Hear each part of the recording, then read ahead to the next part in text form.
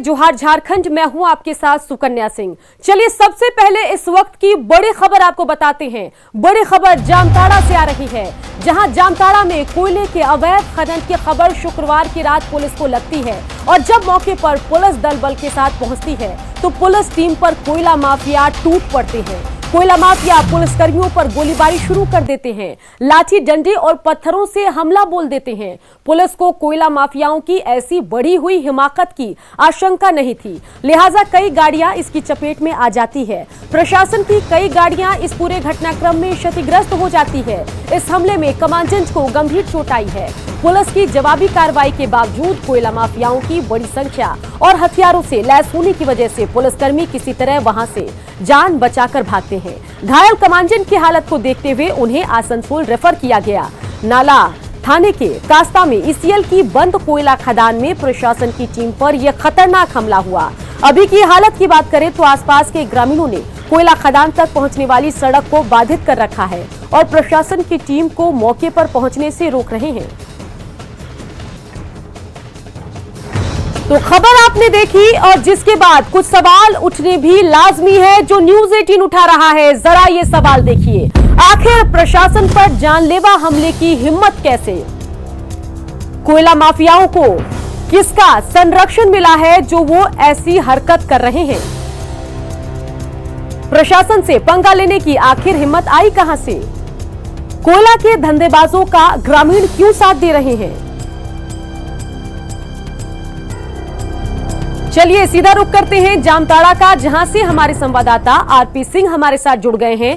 RP Singh, यहां पर हमने पूरी खबर देखी कि कोयला के अवैध खनन की सूचना पर पुलिस टीम तो पहुंची, लेकिन पुलिस क्या कार्रवाई करती? कोयला माफिया ही पुलिस पर टूट पड़े और ग्रामीणों ने भी कोयला माफियाओं का खूब साथ दिया। क्या कुछ अपडेट जानकारी है? पुलिस क्या कह रही है, बताइए। अभी पुलिस के तरफ से, जामताड़ा पुलिस के तरफ से अभी सुकन्या जी कोई प्रतिक्रिया नहीं आ रही है। लगभग सारे पदाधिकारी का, एसडीपीओ नाला, वहाँ के थाना पदाधिकारी, इंस्पेक्टर, सभी का फोन नॉट रीचेबल की स्थिति में है, नहीं मिल रहा है। एसपी के भी फोन का वही हाल है। और हम आपको बता दें कि मुकेश कुमार सेक्रेटरी इंचार्ज जो ईसीएल सेक्टोरिया है, उनके नेतृत्व में बड़ी संख्या में वहाँ लगातार छापेमारी की जाती है समय समय पर, और उसी कड़ी में छापेमारी रात में की गई। और जैसे ही छापेमारी दल वहाँ पहुंचा वैसे ही लोगों का हुजूम उन पर टूट पड़ा और जम के उनके खिलाफ रोड़ा पत्थर, और यहाँ तक कि ग्रामीण बता रहे हैं दबे जवान में कि उन पर बम भी फेंका गया। और सारे लोग पश्चिम बंगाल बीरभूम की तरफ से आकर के कर रहे थे, उन लोग का नाम लोग बता रहे हैं। और स्थिति ये है कि वहाँ जो जितनी भी गाड़ियां थी, जो रात में जो गाड़ियां का विजुअल देख रहे थे, फोटो के जो देख रहे हैं, उस सभी गाड़ियां वहां से हटा दी। चलिए तस्वीरें हम दर्शकों को दिखा रहे हैं। आरपी, आप बने रहिए हमारे साथ, क्योंकि संतोष कुमार सिंह हमारे झारखंड संपादक भी सीधे हमारे साथ झारखंड से जुड़ गए हैं। संतोष जी, जो खबर आई है वो हैरान करने वाली है और खबर के बाद, तस्वीरों को देखने के बाद कई सवाल उठने लाजमी है। क्या कुछ आपको लग रहा है, बताइए। जी हाँ, देखिए जो तस्वीरें सामने आई हैं वो तस्वीरें काफ़ी हैरान करने वाली हैं। और ये पूरे उस इलाके में, संथाल परगना के इलाके में कोयले की कालाबाजारी या कोयले का जो काला कारनामा है ये सामने दिखाता है। और इसमें सबसे बड़ी हैरानी की बात यह है कि रात 10 बजे के करीब ईसीएल के सुरक्षा कर्मियों ने जब इन गाड़ियों को नाला के पास वहां पर रोका तो इन गाड़ियों से, क्योंकि वहां पर इलीगल माइनिंग भी चल रही थी, जेसीबी मशीनें भी थी, इन लोगों की गाड़ियां, जो ईसीएल के अधिकारी थे, ईसीएल के सिक्योरिटी कर्मी थे, उन लोगों की गाड़ियों को वहां के ग्रामीणों ने जब उस पर अटैक किया, उसके बाद गाड़ियों को पलट दिया। गाड़ी बिल्कुल उल्टी, टायर उनके ऊपर थे और इस तरीके से उन लोगों के ऊपर पत्थरबाजी की। किसी तरीके से वहां जो जंगल था, जंगल में जाकर ये लोग छिपे हैं। जो हमारे को जानकारी मिली है, जो हमने बात की वहां ईसीएल के अधिकारियों से, तो उन लोगों का ये कहना था कि वो लोग किसी तरीके से उन लोगों ने जान बचाई, लेकिन तब तक काफी उन लोगों को चोटें आ चुकी थी क्योंकि पत्थरबाजी हुई थी। और इस बीच ये भी जानकारी मिली कि जो वहां जेसीबी मशीन खड़ी थी, जो कि इलीगल तरीके से माइनिंग हो रही थी, उस जेसीबी मशीन से इन जो सिक्योरिटी ऑफिसर्स की गाड़ियां थी, इनको बिल्कुल चीर दिया गया है। मतलब जेसीबी मशीन जो आपको कोयला निकालता है, जो मिट्टी निकालने का काम मशीन करती है, उस मशीन से गाड़ियों को बिल्कुल उसके शीशे को तोड़े गए।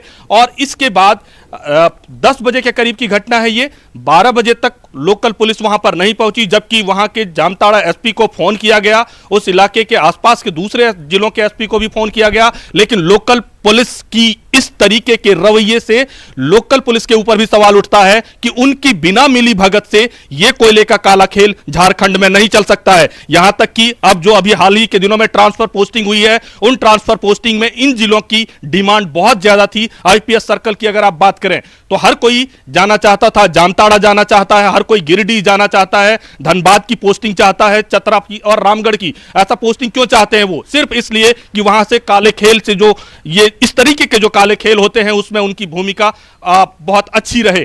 तो ये जिस तरह पुलिस का रवैया था, 10 बजे जब पुलिस को फोन किया गया, 12 बजे तक पुलिस नहीं पहुंची, और उसके बाद 12 बजे के आसपास जो हमारे को जानकारी मिली है, डीएसपी लेवल के अधिकारी वहां पहुंचे जरूर हैं, लेकिन उन्होंने क्या कहा है? उन्होंने कहा है कि ये मुसलमानों की बस्ती है, यहां से निकल जाइए। क्या इस राज्य में या इस देश में मुसलमानों की बस्ती में कोई लॉ एंड ऑर्डर का काम नहीं चलेगा?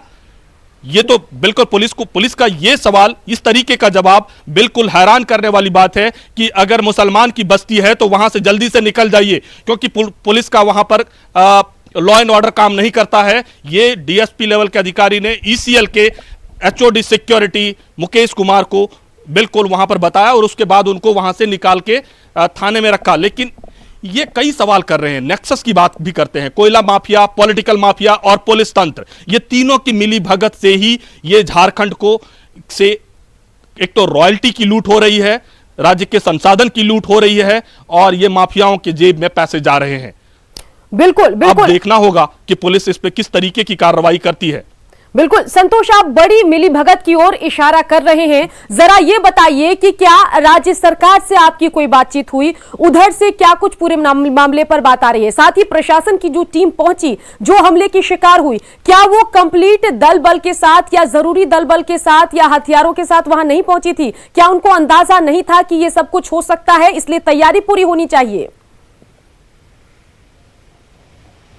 देखिए, उनको अंदाजा इस बात का नहीं था, इस बात कि इस तरीके से अटैक करेंगे ग्रामीण, और पूरी रात उन लोगों ने किस तरीके से खौफ का मंजर था, ऐसा लग ही नहीं रहा था कि ये कहीं पर हिंदुस्तान में कानून और झारखंड में कानून व्यवस्था का राज हो, क्योंकि जिस तरीके से वहां पर कोयले का काला खेल चल रहा है वो बिना पॉलिटिकल मिलीभगत, बिना पुलिस के मिलीभगत के संभव ही नहीं है। और वहां से आए दिन ये बात सामने आ रही थी कि पश्चिम बंगाल में कोयले के ट्रक यहां से बेरोक टोक जा रहे हैं। यहां तक कि हमने देखा था कि सत्ताधारी झारखंड मुक्ति मोर्चा के भी कुछ विधायकों ने इस बात को लेकर चिंता जताई थी कि उस इलाके से इस तरीके से कोयले का काला खेल चल रहा है, जिसमें पुलिस की भूमिका बिल्कुल ही सवालों के घेरे में थी। संतोष जी बने रहिए, क्योंकि मुकेश कुमार सुरक्षा अधिकारी ईसीएल के भी हमारे साथ फोन लाइन से जुड़ गए हैं। मुकेश कुमार जी, कल जो जामताड़ा में प्रशासन के साथ हुआ, उसके बाद आप क्या कहेंगे? देखिए, वहां पे हजारों टन कोयला रखा हुआ था और गाड़ियां निर्बाध रूप से लोडिंग हो रही थी, जिसमें से 30-35 गाड़ियां लोड हो चुकी थी। जेसीबी मशीन लगा हुआ था, इसके अलावा बड़ी पोकलैंड मशीन से आसपास लगता है कि वहां पे खदानें चल रही, जिनमें कि वो मशीन से कोयला निकाला जा रहा है, और उन खदानों से ट्रैक्टर में भर भर के कोयला एक जगह पे इकट्ठा करा जा रहा था, जो जगह कास्ता के नाम से जाना जाता।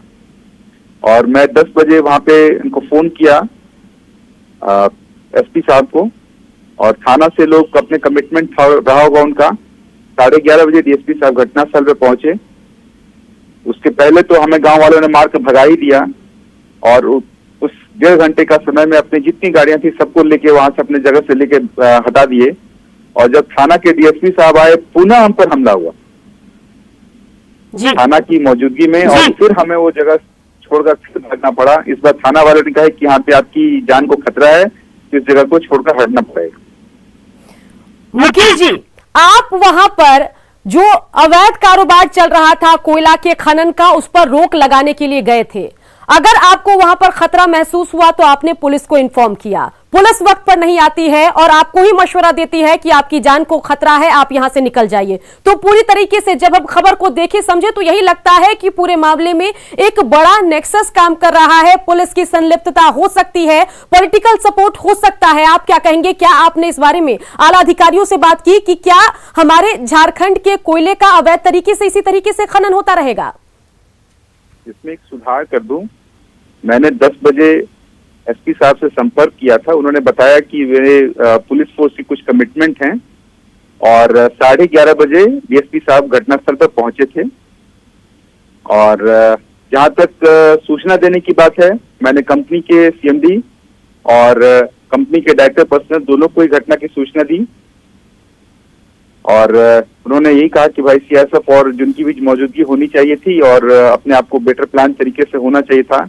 लेकिन इतनी संख्या बल जब 200 और 300 की संख्या में ग्रामीण थे तो हम 50 संख्या में रह के 40-50 की संख्या में कुछ भी नहीं कर सकते थे। और हवाई फायरिंग भी करना एक घटना को है और किन्हीं पे गोली चलाना तो एक अलग लॉ एंड ऑर्डर की समस्या होती। चलिए मुकेश जी, ये जरा बताइए कि जब पुलिस ने पूरे घटनाक्रम को समझा तो क्या इस पूरे मामले में गिरफ्तारियां हुई या आपको ही मशवरा देकर वहां से निकाल दिया गया? जब पुनः डीएसपी साहब के समक्ष और अन्य पुलिस बल की मौजूदगी में गांव वालों ने पुनः हमला किया तो डीएसपी साहब बोले कि आपकी जान को खतरा है, आप यहां से निकलिए। और हमारी पूरी टीम को वहां से कहा गया कि हटिए और हम पर हमला फिर होने लग गया तो हमें वो जगह छोड़ना पड़ा। चलिए मुकेश जी, न्यूज 18 से बातचीत के लिए आपका शुक्रिया। हमारे साथ जो है वो प्रतुल सहदेव बीजेपी के प्रवक्ता भी जुड़ गए हैं। प्रतुल जी, स्वागत है आपका न्यूज 18 बिहार झारखंड में। जामताड़ा में आखिर हो क्या रहा है? यहां पर प्रशासनिक टीम जाती है, अवैध कोयला खनन को रोकने के लिए जानलेवा हमला किया जाता है। पुलिस फोन करने के बाद देर से पहुंचती है और जो अधिकारी है उनको ही मशवरा देती है कि आप यहां से निकल जाइए, आपके लिए यहां रहना ठीक नहीं। तो आखिर किस तरह की व्यवस्था है यहां पर, बताइए। आप ये सोच सकती हैं कि झारखंड में इलीगल कोयले का रैकेट किस कदर चल रहा है। ये जो घटना है ये नाला विधानसभा क्षेत्र के अंतर्गत की है, जहां विधानसभा अध्यक्ष का गृह क्षेत्र है और उस एरिया के सुल्तानपुर, बिलानगर नगर, कास्ता, इन क्षेत्रों में बन पड़े माइंस पे बड़े पैमाने पर इलीगल रैकेट चलता है।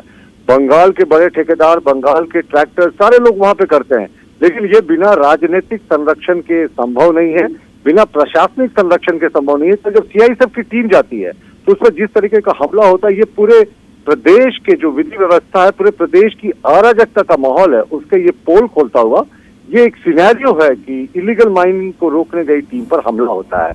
और ये सारा कुछ सरकार में शीर्ष में बैठे लोगों के संरक्षण में चल रहा है। जी प्रतुल जी, ये जरा बताइए कि इस पूरे मामले पर आपने अपने स्तर पर कोई जानकारी बड़े अधिकारियों से ली कि गिरफ्तारी हुई या नहीं, होगी या नहीं, क्योंकि ये बड़ा मामला है। आम लोग जो है यहाँ पर प्रशासनिक टीम पर गोली बंदूक से हमले कर रहे हैं, लाठियां भांज रहे हैं, उनकी गाड़ियों को तोड़ रहे हैं।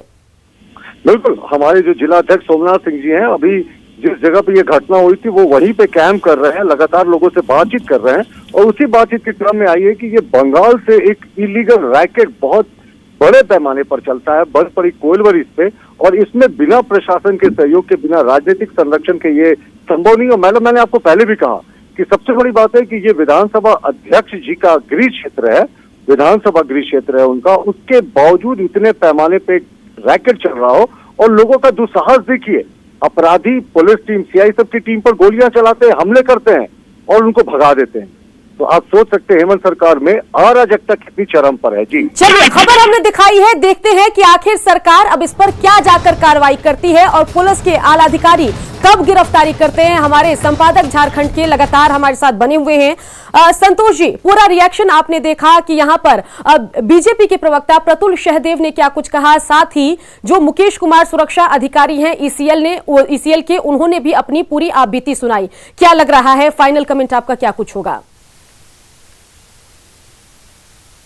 देखिए, अब इसमें सरकार को एक्ट करना चाहिए। जो बदनामी हो रही है सरकार की, क्योंकि सरकार की अगर पॉलिटिकल विल है तो पॉलिटिकल विल के आधार पे उस इलाके में जो इलीगल ट्रक्स चल रहे हैं, इलीगल माइनिंग हो रही है, उन पे कार्रवाई करनी चाहिए। सरकार को अपनी छवि को देखना है तो, क्योंकि 1 साल बीत गए हैं, सरकार के ऊपर कई आरोप लग रहे हैं। उन आरोपों में से ये आरोप अब बड़ा आरोप हो जाएगा और ये अगर इसको अभी कंट्रोल नहीं किया तो सेंट्रल और स्टेट के बीच जो रिलेशनशिप है उस पर भी स्ट्रेन आ सकता है। क्योंकि आप एक तरीके से सेंट्रल जो ईसीएल सेंट्रल के अंदर आता है और यहां पर स्टेट पुलिस ने जिस तरीके से रिस्पॉन्ड किया वो कई सवाल खड़ा कर रहा है। अब अगर ऐसे में सेंट्रल ने इस पे इंटरवीन किया और अगर अपने पैरामिलिट्री फोर्सेस की चारों तरफ तैनाती करा दी तो फिर ये राज्य सरकार के लिए विधि व्यवस्था एक संबंध जो आर्टिकल 356 जो हम ये कह सकते हैं राज्य और केंद्र के बीच के जो संबंध के हैं उस पे कड़वाहट आ सकती है। इसलिए राज्य सरकार को अब एक कदम आगे बढ़ाकर प्रोएक्टिव होकर